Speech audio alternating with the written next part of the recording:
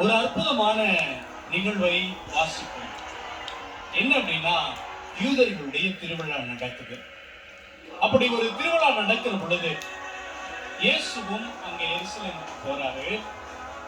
அந்த எருசலேம்ல ஆட்டு வாயிலுக்கு அருகில் 5 மண்டபங்கள் கொண்ட குளம் ஒன்று உண்டு. அங்க ஒரு குளம் இருக்கிறது. அந்த குளத்தை எபிரேய மொழியில பெத்சதா அப்படிங்கிறது அதனுடைய பெயர்.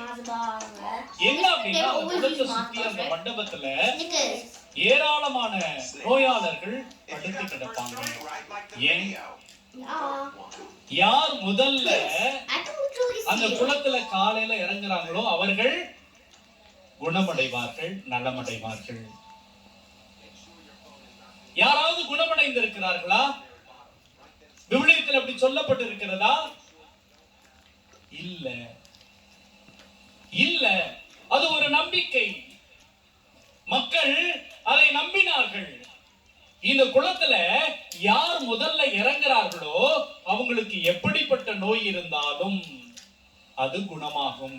காரணம் என்னன்னா, இரவு நேரத்துல கடவுளுடைய தூதர்கள் வந்து அந்த குளத்து நீரை கலக்குவாங்க. அதனால யார் முதல்ல இறங்குறாங்களோ அவர்கள் குணமடைவார்கள், நலமடைவார்கள். இப்ப நம்ம மக்கள்ல ஒரு சிலர் நினைக்கிறாங்க, ஃபாதர் அந்த குளம் எங்க ஃபாதர் இருக்குது, எப்படியாவது போய் முதல்ல இறங்கிடுறோம் ஃபாதர். அன்பானவர்களே,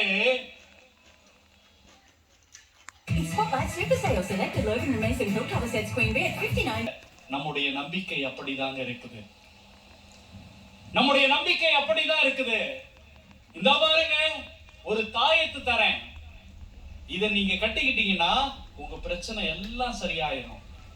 இந்த பாருங்க, நான் ஒரு மெழுகுவர்த்தி தரேன், இத போய் கோயில்ல வாங்கி வச்சு வேண்டிக்கங்க, எல்லாம் சரியா போயிடும். இந்தாங்க தீர்த்தம், இந்தாங்க அது இது இது. பிரியமானவர்களே, இங்கே நிறைய நேரம்